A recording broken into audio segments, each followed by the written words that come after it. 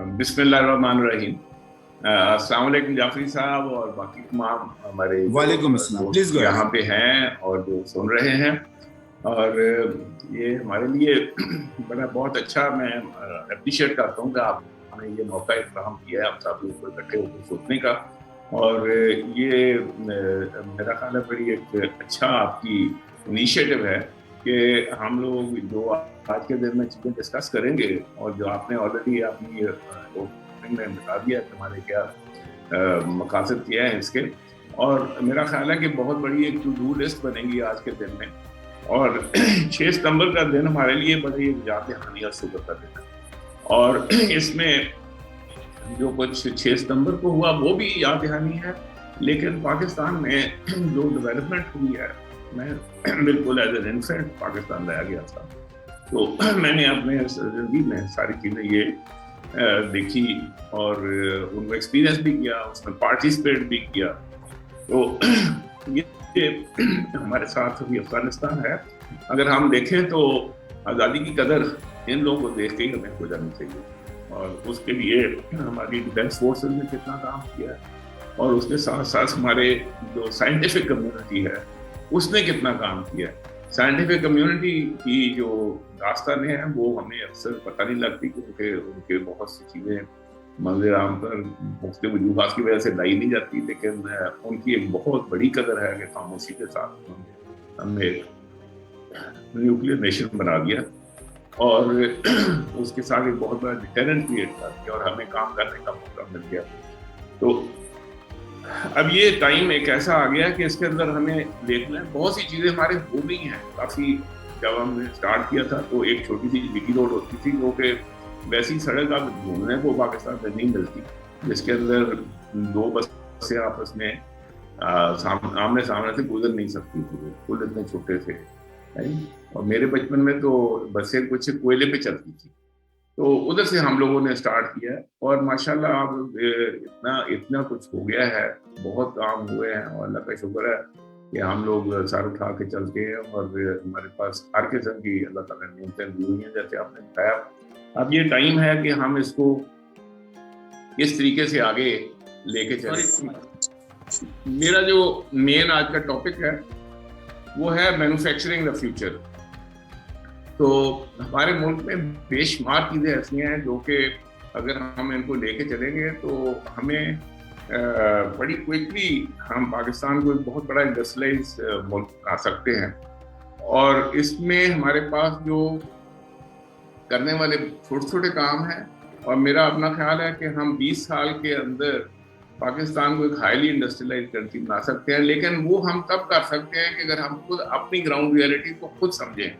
हम जिस वक्त फॉरेन एडवाइजर्स और फॉरेन जो ट्रेन लोग होते हैं वो जब उनको हमारे गांव की कैफियत का नहीं पता, वो कनेक्टेड नहीं है।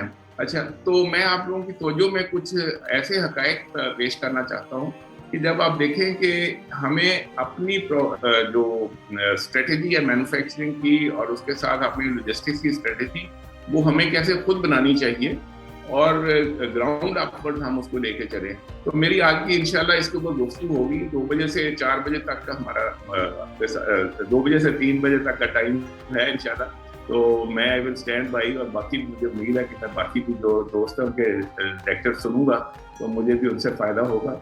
और ऐसे फिर लेटर ऑन हम लोग सारे मिल के एक टू डू लिस्ट बनाएं इस आज के इसके सेमिनार के बाद, ताकि उसमें से हम एक कोई लाहे अमल अपने लिए निकाल सकें। बहुत शुक्रिया जाफरी साहब। अच्छा जी, अब एक बहुत ही एहतराम शख्सियत नवीस साहब, मैं आपको रिक्वेस्ट करूँगा।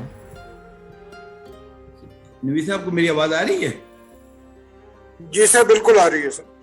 बस जी, मैं रिक्वेस्ट करूँगा नवीस साहब से, बहुत कुछ सीख रहा हूँ आजकल, तो मैं चाहूँगा नवीस साहब कुछ फाइनली साथ हों। Thank you.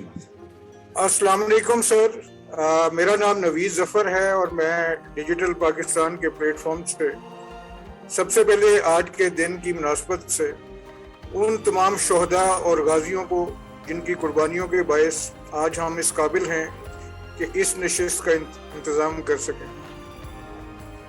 दिफा के हवाले से जैसा कि हम जानते हैं اس کا تعلق براہ راست دشمن کی صلاحیتوں کے ساتھ ہوتا ہے، جو وقت کے ساتھ ساتھ ٹیکنالوجی میں اضافے کی وجہ سے بہت مستحکم ہوتی جا رہی ہیں۔ تو ان بدلتے ہوئے حالات میں ہمیں ضرورت ایسی ہے کہ ہم پاکستان کو مربوط کریں تاکہ ہمارا دفاع مضبوط ہو سکے۔ مربوط کوششوں سے ہی ممکن ہے کہ ہم دفاع میں وہ مضبوطی لا سکیں جس کی اس وقت اشد ضرورت ہے۔ جنگوں کا جو نظام ہے وہ شروع ہوا تھا فزیکل فورس کے استعمال سے، اور رفتہ رفتہ دشمن دور ہوتا گیا اور یہاں تک کہ اب وہ مکمل طور پہ غائب ہو چکا ہے۔ وہ جو نقصانات اس نے پہنچانے تھے وہ صرف فزیکل حد تک محدود نہیں رہے، بلکہ قوت ارادی کو جو کمزور کیا جاتا ہے اس کے لیے آج کل کی جو ٹیکنالوجی ہے، جو انفارمیشن ٹیکنالوجی ہے، وہ بہت اہم ہو گئی ہے۔ وہ جنگ جو کبھی سرحدوں تک محدود ہوا کرتی تھی اب گھروں تک بلکہ دماغوں تک جا پہنچی ہے۔ اس سے نہ بچے محفوظ ہیں، نہ کوئی بوڑھے، نہ خواتین، اور یہ قوموں کا شعار ہوا کرتا تھا کہ خواتین، بچوں اور بوڑھوں کو جنگوں میں شامل نہیں کیا جاتا تھا۔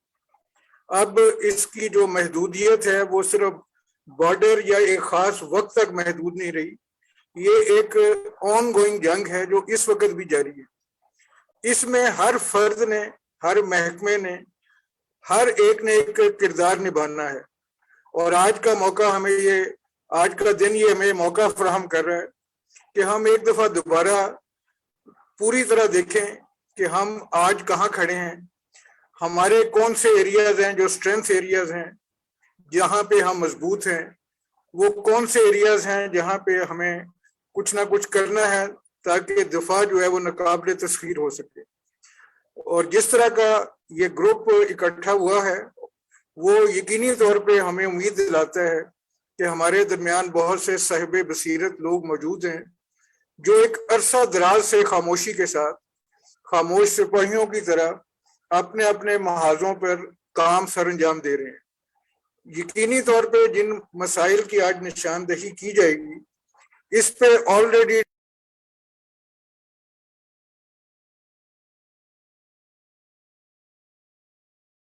یقین ہے کہ آج کا جو سیشن ہے وہ ہماری توجہ ضرور اس طرف مبذول کروائے گا، اور ہم یہ جاننے کے قابل ہوں گے کہ ہمیں کس طرف کو سفر کرنا ہے۔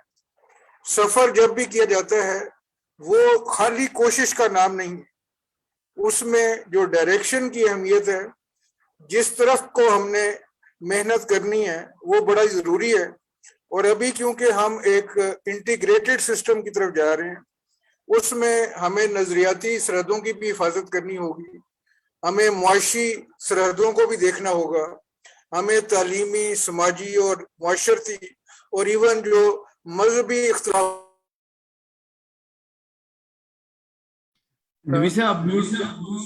بالکل ٹھنڈے دل سے دوبارہ جائزہ لیں کہ 6 سپٹمبر کی جو اسپرٹ تھی کیا وہ آج ہم میں اسی طرح موجود ہے۔ آج کی اس گیدرنگ سے کم از کم یہ اندازہ ہوتا ہے کہ یہ اس سے کہیں بڑھ کے موجود ہے، اور انشاءاللہ تعالی جس طرح کا پوٹینشیل ہم رکھتے ہیں، جس کی نشاندہی جعفری صاحب نے بھی کی اور جس کا تذکرہ راستگار صاحب نے بھی کیا، یہ صرف چند بہت طویل بات کیونکہ ٹیکنالوجی ہمیں یہ موقع فراہم کرتی ہے کہ ہم بہت سے کام اس طریقے سے کر سکیں جو کہ پہلے شاید اس سپیڈ اور اس سکیل پہ ممکن نہیں تھے۔ آلدو چیزیں کمپلیکس ہو گئی ہیں، ہمیں نئے چیلنجز کا سامنا بھی کرنا ہوگا، لیکن مجھے یقین ہے کہ اگر ہم بر وقت مل کر کام کریں تو کوئی ایسی وجہ نہیں ہے کہ ہم نے وہ مقام حاصل نہیں کرتا جس کا خواب ہمارے بڑوں نے دیکھا تھا۔ آج میں مختلف سیشنز میں نظر آؤں گا جس میں یونیورسٹی پلس کا کانسیپٹ ہے، جس میں سر سید اقبال اور قائد اعظم کا ڈیجیٹل پاکستان ہے، اور جس میں سمارٹ سٹیز شامل ہیں۔ آپ کا بہت بہت شکریہ۔